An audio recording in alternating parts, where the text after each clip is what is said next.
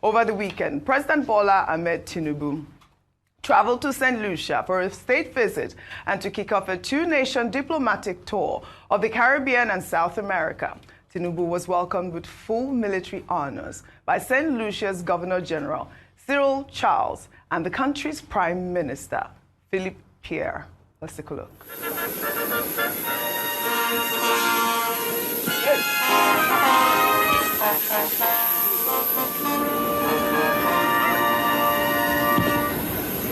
Royal salute! Present! Up!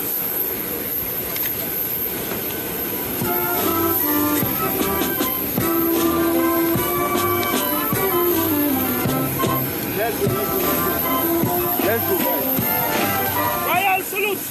Present! Up!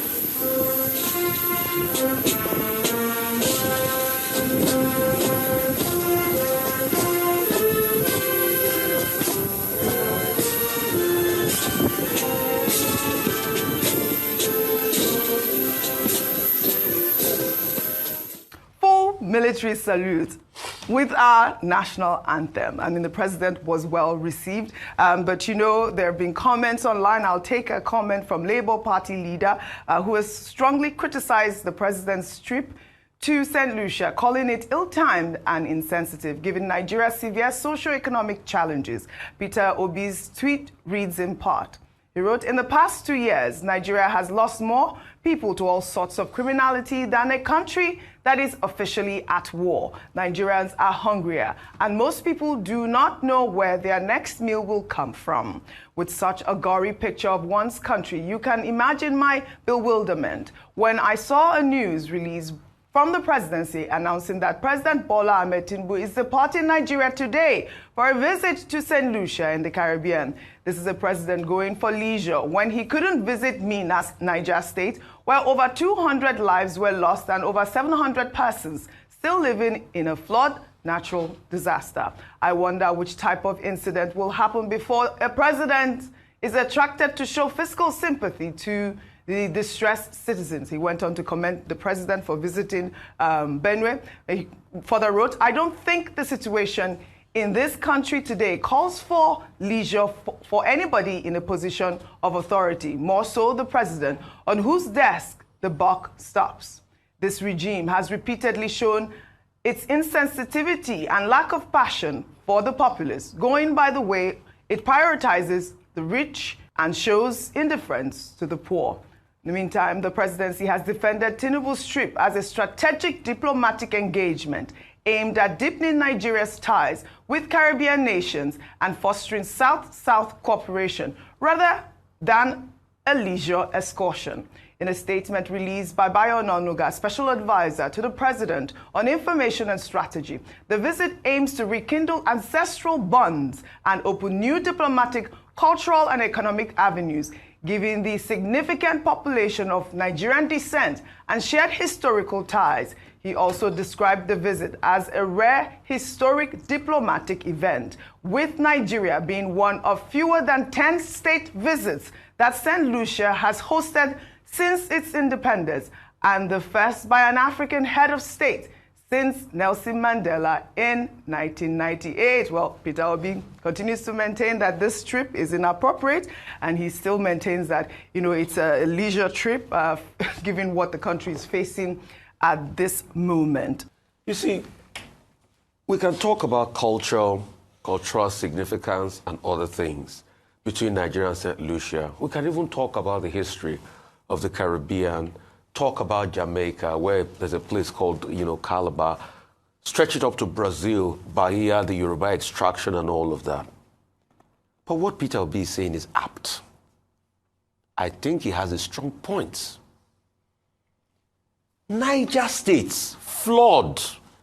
Oji, let me paint a picture for you this morning.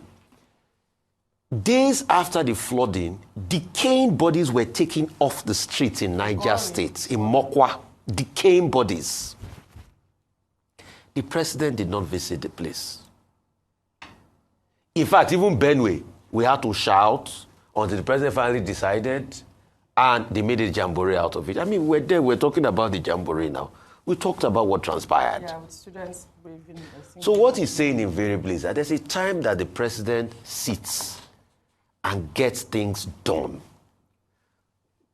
You know, Nigerians like to have this false equivalence between presidents. Sometimes when it suits them, they will say, oh, there's flood in Nigeria, there's flood in America too. Compare with other presidents. Is this how they are always out every time? When the pertinent issues happen in there, they are not there.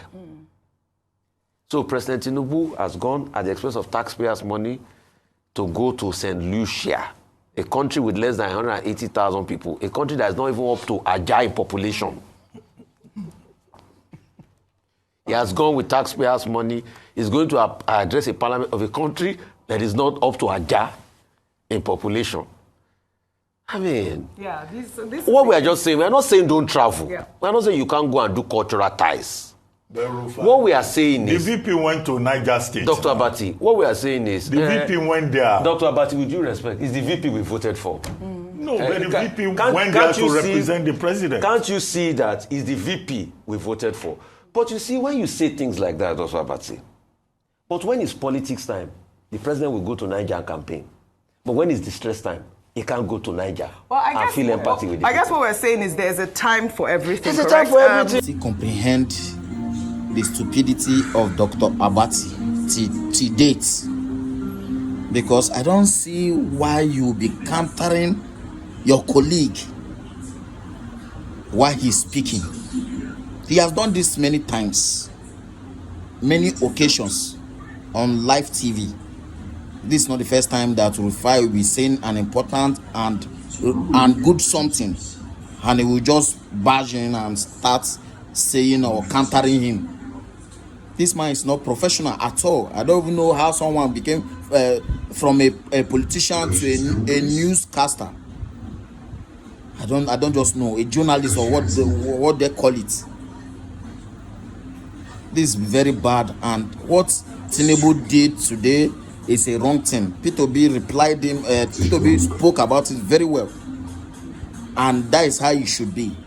Share this video and remain blessed. Thank you.